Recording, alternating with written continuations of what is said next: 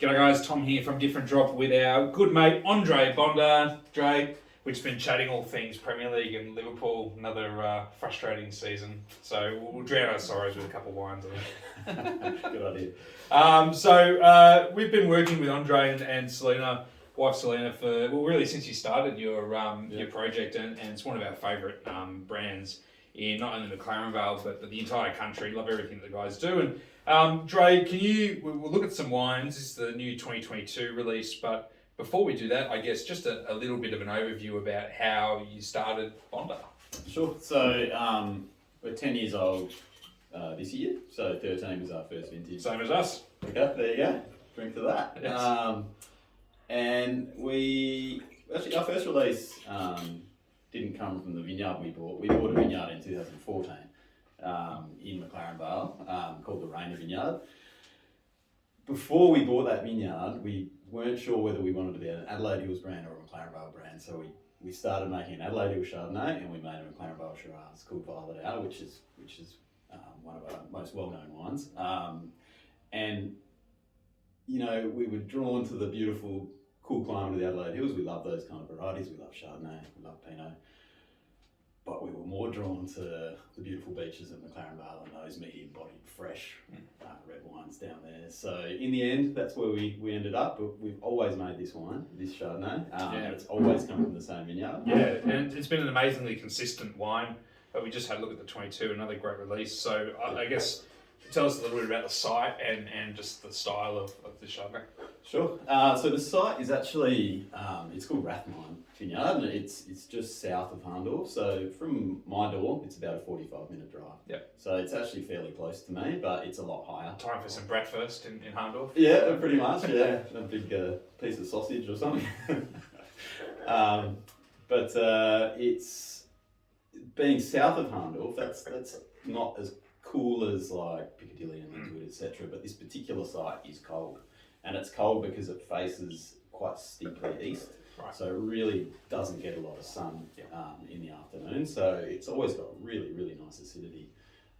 It's Bernard clone, so it's powerfully fruited. It always is, and it's taken me. The iterations of this wine have changed slightly throughout the 10 years. So we did start with very little oak, but I found that there's so much power in the wine that it almost needs that savouriness, that structure from oak to bring it in. So, and then I probably pushed oak too far, like admittedly, but probably people didn't seem to mind. But personally, I was trying to find that right level, and now I've sort of landed around 25% new oak. Yeah, I think that's about right. But bearing in mind that new oak is not big toasty oak, it's lightly toasted, so really it's a structural component to the wine rather than driving them. Yeah, and there's so much acid and fruit there that just kind of eats it up. You don't even really see it. Yeah, but exactly. it's a lovely style, and always been amazing value in the context of, I think, like premium Adelaide Hills Chardonnay as well. Yep, for sure. So we, and we make it with very little. It's very minimal in the way we make it, but there is technique and experience in that, so there is detail there. But really, it's just a whole bunch pressed straight to oak. Yep. It ferments naturally. The barrels are topped. It'll malo naturally. So generally, we're sulfuring after winter. Yeah. And then it's just blended and bottled, and that's it. Easy. That's simple. Yeah. Easy. Well, let's tip that one out. We'll move on to McLaren Vale, to the Rayner vineyard, to Junto. Junto. I think it's junto. Junto. Junto. You got Means a twang in it. Together, right? It means together. Together. So it's Portuguese or Spanish word means together, and that's a reference to the blend. Very clever. So it's thank you. I can't even what's take the credit translation for blend? Should have done that. That's my wife Selena. That's her. No, that's her good work. It's her good work. And this has been a big part of our story too. I think because it's Grenache wine. Yeah. A GSM labelled as, but always I think in my head this is a Grenache wine. So Grenache leads it, and the rest of the varieties it's like seasoning. With the Mataro portion we're adding some spice and some savoury character, and with Shiraz we're adding a bit of juice, a bit of weight to the wine, and complexity in the aromatic profile. So. Yeah, it's always just such a beautifully like fragrant, fresh, bright sort of style. Probably no more so than the last couple of vintages, 21, 22, where you got the cool conditions, so you got that freshness and acidity, and I guess also the evolution of your winemaking, like always talking about a lighter touch and trying to retain that purity. Yeah, definitely, and Grenache is the perfect variety for that. And it's funny because when, like as I mentioned, when we bought the Rayner vineyard, it was mostly Shiraz actually, and that's what I was interested in. But very soon after getting there, I realised how much of a gem Grenache is, and where we really sit. And just how shit Shiraz is. no, Shiraz is beautiful, but it's got a place, And I think that Grenache has a place as well, and particularly on my site where you're talking about really deep sandy soils. Yeah, it's like the start of the Blewitt Springs sub-region. You're talking about a really perfect site for Grenache. Yeah, and it's right in the heart of McLaren Vale. Over the hill you've got Panels, Sillador and the estate there, and Darrenburg, and all these great vineyards. And yours is just starting to ease up the hill there towards Blewitt Springs. That's right. Yeah. No, we have some pretty famous neighbours. So do they. So do they. Yeah, exactly. The Bondars. Chester's declined my invite for an interview so far. So no, I haven't spoken to him. It would be a long one. I can guarantee you that. Mate, tell us a little bit about Rayner, I guess, and the amazing history of this vineyard, and you were just sort of alluding to it there. I mean, very best known for Shiraz, but this is kind of captures the site. This is the Rayner Vineyard Grenache, single site Grenache that has always been my favourite wine of your portfolio. Yeah. So it was planted by the Rayner family, funnily enough, and then it was mostly Shiraz, and this particular block of Grenache was planted in 1970, so there's good age on them. But like I said, it's that sandy profile, deep sand, ironstone rocks, the same that goes all the way up to Yangara, through the sub-region of Blewitt Springs.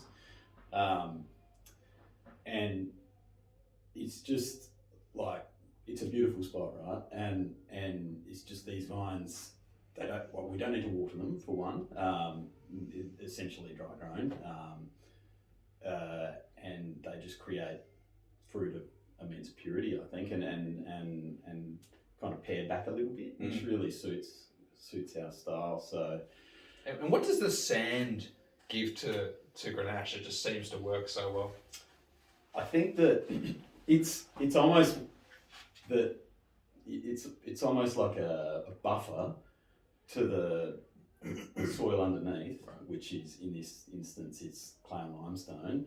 But if you have a long, deep, sandy profile and then the soil underneath, the vines they send their roots all the way down to the soil underneath, and that's the moisture that they draw on for the year. So with Grenache, if Grenache gets a sniff of water, it tends to blow up and be big and vigorous. So what it means is we can dry grow, so it will just continue to feed on that slowly, on that winter water that it gets. We only really get rainfall in winter, and just slowly grow and then make these more concentrated but still pretty Grenache, where if you just take away that sand and you're just growing straight into the clay on limestone, it tends to dry out quickly in summer, and people would have to water. Right, and then you lose the concentration.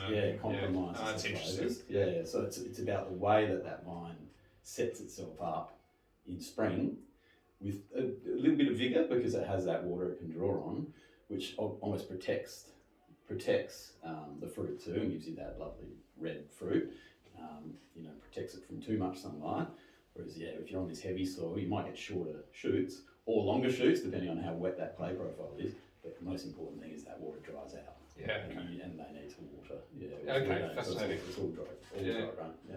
And I guess what you see, like for me, the Bondar style is this incredible purity of fruit. Like it feels like it's just like perfectly ripe fruit, just like picked off the vine, doesn't it? That's the feeling you get tasting these wines. They have that crunch and that they feel really alive and energetic. But then not in this kind of juby, washy style. They've also got tannin, and that's another feature of these wines, is that kind of fine sandy, grainy, lovely sort of tannin that's there in the background as well, which which adds a dimension. Yeah, part of the site, but it's also something I'm really conscious of.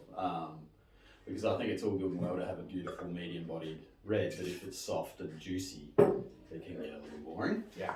But good wine needs tactile, chew, and you need that to keep coming back to it, but also to have it with food and just enjoy it more. So it's something I've worked on really hard actually, and that's vineyard focused, but also winery focused with the way we ferment and the time on skins and the use of whole bunch. Yeah, beautiful. Oh, last one in the lineup then is the Shiraz. So again, from the Rayner vineyard. There's been a couple pretty iconic owners of this vineyard over the years that did all right with Shiraz, and none of them are a patch on you guys. But again, Shiraz isn't shit for everyone at home. I love our Shiraz. I just love the Grenache from this site, but your Shiraz are incredibly popular too, and it's been exciting over the last a few vintages to see this single site sort of release. Yep. So you're right. It's not something we've done from the start. We've always had violet hour. Yeah. But the Rayner, I was very conscious of finding the right place in my mind for this one, because we do have 9 different Shiraz blocks, and it was always going to be mostly from the oldest one, which is 1950, planted in the deepest sand. But I was conscious that particular block didn't have enough tannin, because I want this wine to be age worthy, and for that you need that structure. So we also use part of the 1960 planting, which is all the way down the other end of the vineyard, and it sits on clay. It's because essentially Rayner's that big sand hill, but when that sand disappears underneath. Is that across the road from your place down the hill, or is that next to your down near property? The winery? Oh, down there, at that level. Yeah. And our neighbour there is. And it's a fair difference in elevation there. Yeah, it's almost 60 metres down, I think. So it's quite a different site, and it creates wine that's a bit more structured, but more savoury. Whereas the sand has all the beautiful fruit, so it's a nice little marriage. Again, it looks like McLaren Vale, it looks like Shiraz, but it looks like Bondar too. Again, it's just that brightness of fruit. Yeah. It's just I love it. It's not clunky or soupy or too rich. It's, mid-weight. Yeah. I think it's important to, it is going to be what it is. Mm-hmm. And in my mind, it's about just creating and capturing that beauty. So it's powerful, but if we can encapsulate that beauty and in that power, but it's still not heavy, it's just got a lot of flavour, which is it's really nice. And what's exciting you the most? Anything new you're working on? There's a couple other small batch releases that like Nero, Monastrell, there's obviously Fiano. I know you're very passionate about Petnat. And you're pretty much just a rosé specialist these days. So what's exciting you in the shed? I continue to work with Bunch in Shiraz, because I think that some Northern Rhone examples that use a lot of stem are some great wines of the world. And using stem in Shiraz can be tricky. And so it's about finding technique. But I do have another Shiraz too, the Midnight Hour, which I love, because Blewitt Springs Grenache, is getting a good look in at the moment because it's beautiful and pure. But I think we have a lot of Shiraz in the region, and they're good old wines. But if you can find a way to get that complexity through technique, lighten the wine a little bit, so that excites me a lot. Yeah. Is your love of Whole Bunch what attracted you to work with Whole Bunch distributors in Sydney? Yeah, it was a natural marriage. Yeah, you're welcome, Matt. Tristan. Yeah. Awesome, mate. Well, look, it goes without saying that we love these wines. They're an amazing reflection of place and variety, but also of you and Selena and the wines that you want to make, which I think is really cool and unique. And I mean, we haven't spoken about it, but just outrageous value for money across the whole range as well, guys. So if you see Bondar on the shelf or on a list, make sure you grab it. if you're in McLaren Vale, get down to Celador, Yep. grab lunch at Salopian, and then Yep. just up the road Just up there. is your little place there. Great spot. And yeah, grab the wines while you can. They're never around for too long, and we'll see you soon. Thanks, mate. Thanks, mate. Cheers.